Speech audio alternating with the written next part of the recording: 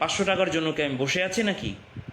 আমার 5 লাখ টাকা বড়, 50 লাখ টাকা বড়, না তোমার 500 টাকা বড়? ঠিক এভাবে কিন্তু আমরা শ্রমিকদেরকে বঞ্চিত করি।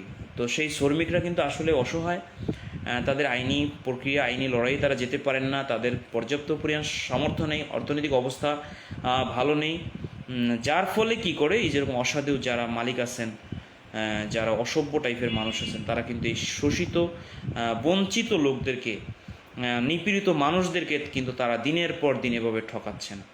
এবং যারা একটু বিশেষ করে হচ্ছে কিছু কিছু পাতি টাইপের নেতা থাকেন, বড় মাপের নেতারা তাদের সম্মান রক্ষার জন্য অবশ্যই টাকা পয়সা পরিশোধ করেন, বা যে জন্যই হোক তারা পরিশোধ করেন, তাদের গুড় আচরণের জন্য হলো।